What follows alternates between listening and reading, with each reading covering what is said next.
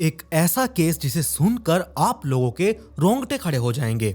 मेरे हिसाब से आप लोगों ने ऐसा केस, एक मर्डर की ऐसी वजह आप लोगों ने कभी नहीं देखी होगी, ना ही कभी सुनी होगी। क्या आपने कभी ये सुना है कि किसी गाने के चक्कर में कोई अपने ही परिवार के लोगों को मार डाले? गाने के चक्कर में इन द सेंस इस तरह जैसे कि आपके परिवार में कोई गाना गा रहा है और आपको वो चीज अच्छी नहीं लग रही, बस इतनी सी बात पर आप अपने पूरे परिवार को खत्म कर दें। क्या इस तरह का केस कभी आपने सुना है या नहीं? तो कुछ इसी तरह का केस मैं आज आप लोगों के सामने लेकर आया हूं और ये कोई पुराना केस नहीं है। इसी मार्च के महीने 2025 में ही ये केस सामने निकल कर आया है। तो चलिए जानते हैं पूरी डिटेल से इस कहानी को। लेकिन हाँ, एक चीज है, आप इस स्टोरी को थोड़ा सा ध्यान से सुनना, क्योंकि इस केस में आप लोगों को दो स्टोरीज दिखने वाली हैं। ध्यान से सुनोगे तो आपको इसमें दो स्टोरीज, दो मर्डर अलग अलग टाइम पर होते हुए नजर आएंगे, और नहीं तो एक ही स्टोरी आप लोगों को समझ आएगी।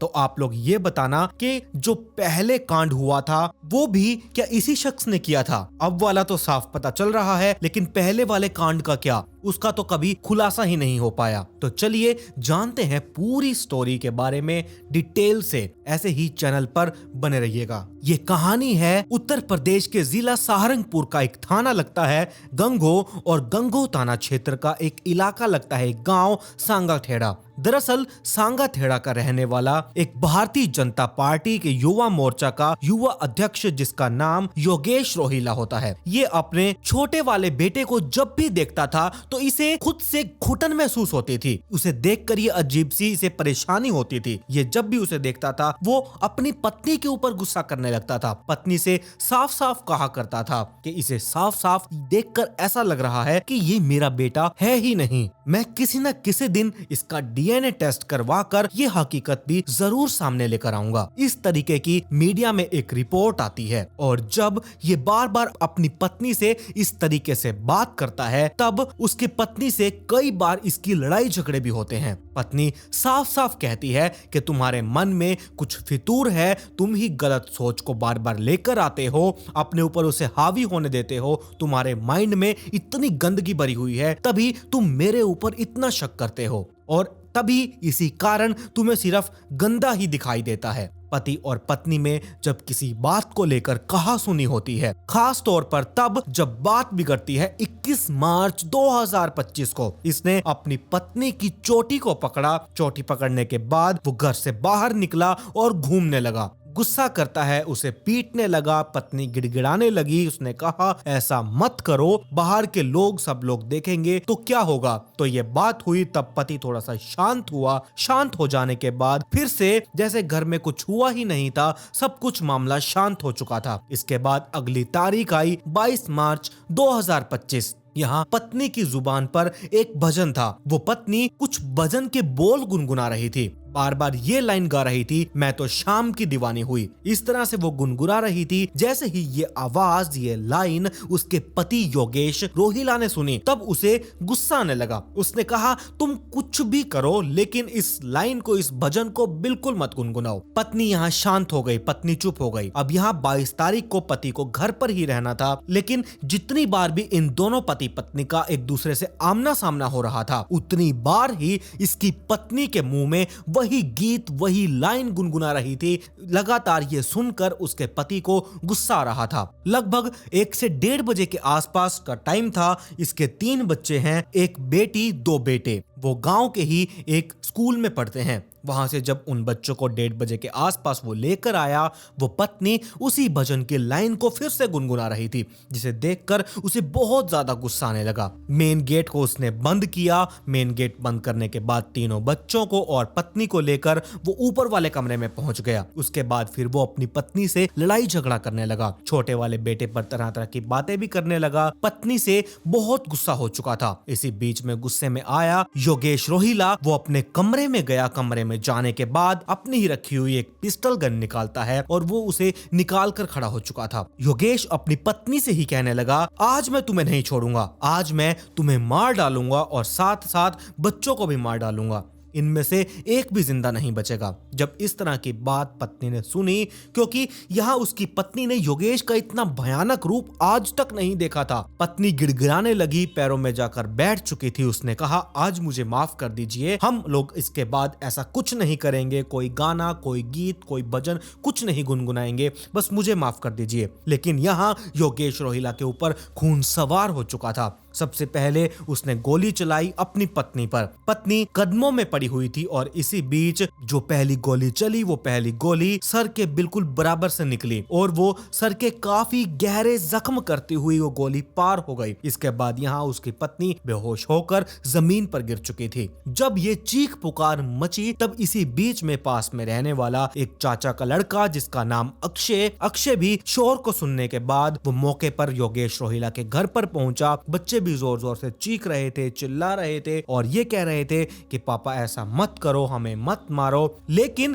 उसके सर पर खून सवार हो चुका था। पड़ोस में रहने वाला चचेरा भाई अक्षय भी वहां दौड़कर पहुंचा। जैसे ही वो वहां पहुंचा, उसे मौका ही नहीं दिया गया, उसे एक कमरे में बंद कर दिया गया। इसके बाद निशाना साधा गया अपनी बड़ी बेटी श्रद्धा के ऊपर, जिसकी उम्र करीबन 11 साल के आसपास की थी। श्रद्धा को गोली मारी गई। जैसे ही उसे गोली लगी, वो जमीन पर गिर चुकी थी। इसी बीच खिड़की तोड़ी गई। खिड़की तोड़ने के बाद उसे मौका मिला, जो उसका छोटा बेटा देवांश, जिसकी उम्र 6 साल के आसपास की थी, उसे भी वो गोली मार देता है। निशाना उसने लगाया था खोपड़ी पर, वो निशाना सही लगा और वो भी नीचे जमीन पर जा गिरा। उस बच्चे को उठाया गया और खिड़की से बाहर फेंक दिया गया। तीसरे नंबर का बेटा जो शिवांश था, उसे गोली मारी गई। उसे गोली मारने के बाद यूं ही फेंक दिया गया। यहाँ से वो नीचे उतरा। नीचे उतरने के बाद सबसे पहले वो फोन लगाने लगा इंस्पेक्टर को। जो नजदीकी पुलिस स्टेशन का इंस्पेक्टर था, उसे वो फोन लगाकर कहता है कि मैंने अपनी बीवी और बच्चों को मार डाला है, गोली मार दी है, आप लोग टाइम पर आ जाओ। अगर आप लोग टाइम पर नहीं पहुंच पाए तो देख लेना, मैं खुद को भी गोली मार लूंगा। जब पुलिस इंस्पेक्टर ने ये बात सुनी, तब वो एकदम चौंक गया। उसने तुरंत गांव के लोगों से संपर्क किया और कहा कि जितनी जल्दी हो सके तुम योगेश रोहिला के घर पर पहुंचो। लेकिन जब किसी ने मेन गेट को खोलने की कोशिश की थी, तब उसने रिवॉल्वर दिखाया और कहा कि आगे बढ़ने की कोशिश की तो मैं तुम्हें भी गोली मार दूंगा। अब यहाँ पर लोग डर चुके थे, सहम चुके थे। वहां उसने योगेश रोहिला ने दूसरा फोन लगाया और दूसरा फोन उसने सीओ को किया। सीओ से कहा कि मैंने अपनी पत्नी और अपने बच्चों को गोली मार दी है, जल्दी आ जाओ वरना वो खुद को नुकसान पहुंचा लेगा। तीसरी बार वो जिले के कैप्टन को कॉल करता है। कप्तान को कॉल करने के बाद उसने कहा, यही बात कही कि ऐसे ऐसे मैं खुद मर जाऊंगा, तुम जल्दी से यहाँ पर आ जाओ। तो कोई भी हो, इसने सबको फोन किया। ऐसे ही हड़कंप पूरे जिले में मच चुका था और ये न्यूज बाहर फैलती गई कि एक नेता ने, बीजेपी नेता ने अपनी पत्नी और तीनों बच्चों को गोली मार दी है। थोड़ी ही देर में ये खबर सोशल मीडिया पर भी वायरल होने लगी। लोग इस कहानी में, इस घटना के बारे में जानने लगे और आसपास के लोग वहां पहुंचने भी लगे। वो जो महिला थी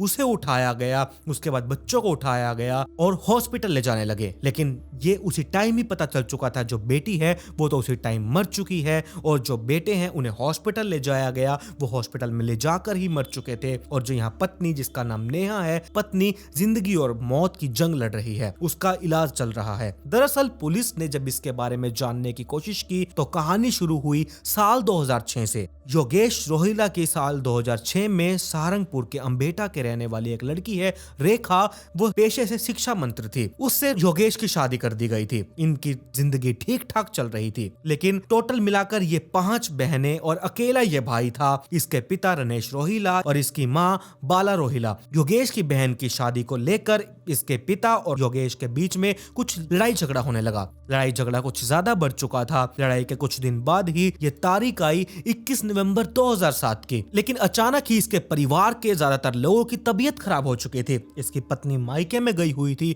और जब तबीयत खराब हुई, जो छोटे वाली बहन जिसका नाम सोनिया था वो बीमार थी। वो बीमार तो पहले से थी, तो इसीलिए उसने ऐसा कुछ खाना पीना नहीं खाया था। लेकिन जो उसके पिता थे रमेश, माता बाला, पहली बहन मीना, दूसरी बहन सीमा और तीसरी बहन अनु, इनकी तबीयत इस कदर बिगड़ चुकी थी, इन्हें जल्दी से जल्दी हॉस्पिटल ले जाया गया और पता चला कि इनकी रास्ते में ही मौत हो चुकी है। यानी कि 21 नवंबर 2007 को एक साथ 5 लोगों की मौत होना यह अपने आप में ही बहुत बड़ा घटनाक्रम था। इसके बाद पुलिस वालों को किसी ने सूचना दी, घर परिवार के लोगों ने जल्दी में एक ही चिता बनाई और उसी चिता पर सभी को लेटाया, सभी का अंतिम संस्कार एक साथ कर दिया गया। जैसे तैसे पता नहीं कहां से पुलिस वालों को यह बात पता चली, पुलिस वाले तुरंत मौके पर पहुंचे, चिता को रुकवाने की कोशिश करने लगे, लेकिन जबरदस्ती वो लोग करने लगे, जिसमें योगेश और अपने कुछ साथियों के साथ, गांव वालों के साथ मिलकर पुलिस से जबरदस्ती करने लगा। इसीलिए पुलिस ने उसे रोकने की कोशिश की, लेकिन यहाँ देर हो चुकी थी और इसके बाद बात बिगड़ने के बाद 38 लोगों के खिलाफ पुलिस ने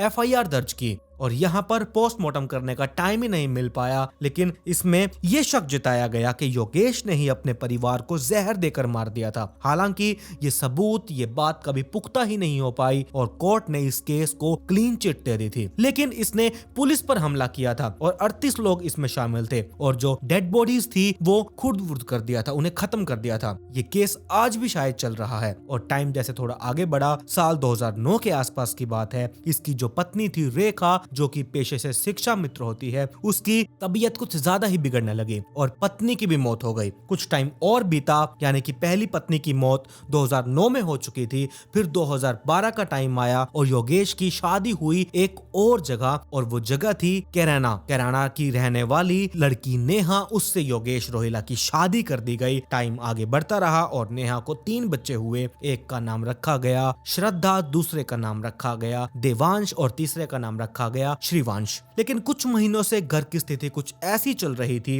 इतना शक होने लगा कि यहाँ योगेश रोहिला को ये होने लगा कि इसका जो तीसरा लड़का है ये मेरा बच्चा नहीं है, इसकी पत्नी का किसी और से अफेयर है और ये बच्चा उसी से है। ये पता नहीं किसने इसके कानों में बात डाली, शक होने लगा जो भी कुछ था, और अक्सर ही डीएनए करवाने के चक्कर में इसके घर में लड़ाई झगड़ा होने लगे थे। 1-2 मीडिया रिपोर्ट में ये सामने आया है। लेकिन जब पुलिस ने और स्थितियों को जानने पहचानने की कोशिश की तो इसके 2 फेसबुक पर अकाउंट निकलकर सामने आए और उसमें कुछ पोस्ट की हुई थी। अपनी बीवी के साथ 2 पोस्ट डाल रखी थी। इसमें इसने साफ क्लियर तौर पर लिखा हुआ था, कैप्शन देते हुए, जन्म जन्म का साथ है तुम्हारा हमारा। एक गाने के बोल इसने ये कैप्शन में डाले हुए थे और साथ में अपनी पत्नी की फोटो पोस्ट कर रखी थी और एक और पोस्ट में ये लिखा हुआ था, तेरा साथ है कितना प्यारा, कम लगता है जीवन सारा। इस तरह की पोस्ट्स डाली हुई थी योगेश रोहिला ने अपनी पत्नी के साथ पोस्ट करके। लेकिन ये देखकर कहा ही नहीं जा सकता, एक बीजेपी का नेता साल 2025 में मार्च का वो महीना 22 तारीख को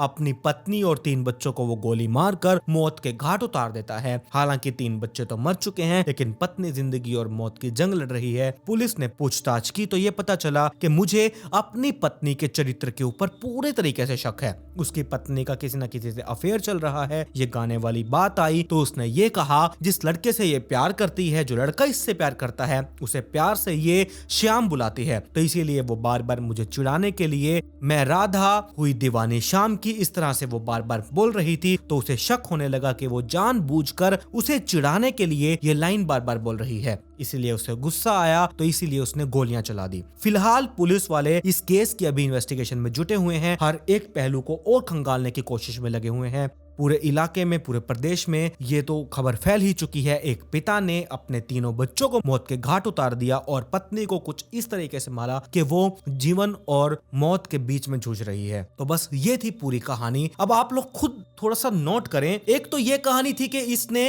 अपनी पत्नी और 3 बच्चों को मारा, और दूसरी बात ये है कि 2007 में इसकी माँ, इसके पिता और 3 बहनें ये कैसे मरी, इसका राज आज भी राज बना हुआ है। कुछ क्लियरेंस नहीं है। कोर्ट ने तो एक बार क्लियरेंस दे दी थी, इस केस को क्लीन चिट दे दी थी, लेकिन आज पता नहीं वो केस चल भी रहा है या नहीं। और उसके बाद 2 साल बाद 2009 में इसकी पत्नी भी किसी रहस्यमय तरीके से मर जाती है, उसका भी आज तक पता नहीं चल पाया। तो अब इस केस से क्या वो केस दोबारा ओपन होता है, निकलकर सामने आएगा भी या नहीं कि इसके पिता को, इसकी माँ को, इसकी बहनों को, इसकी पत्नी को क्या इसी ने मारा था या फिर किसी और वजह से, या फिर नेचुरल डेथ थी। जो भी था, मतलब कि खुलासा तो होना चाहिए, पता लगना चाहिए कि वो 6 लोगों को भी मारा गया था या फिर उनकी नेचुरल डेथ थी या फिर कुछ और जो भी था वो भी क्लियर होना चाहिए। अब आप लोगों की क्या राय है इस केस के बारे में, मुझे कमेंट सेक्शन में जरूर बताइएगा। और अगर आप आज नाइट फाइल्स पॉडकास्ट चैनल पर पहली बार आए हैं तो चैनल को सब्सक्राइब कर लीजिए और साथ में नोटिफिकेशन बेल आइकन को दबाना बिल्कुल मत भूलिएगा। मेरी इंस्टाग्राम आईडी आप लोगों की स्क्रीन के ऊपर है, इसका लिंक नीचे डिस्क्रिप्शन में दिया हुआ है, जाइए और जल्दी से इंस्टाग्राम आईडी को फॉलो कर लीजिए। खैर, पिछली वीडियो का शाउट आउट @salone19 को comment pick me to get a shout out in next video. मिलते हैं ऐसी ही एक और चौंका देने वाली इंटरेस्टिंग स्टोरी के साथ।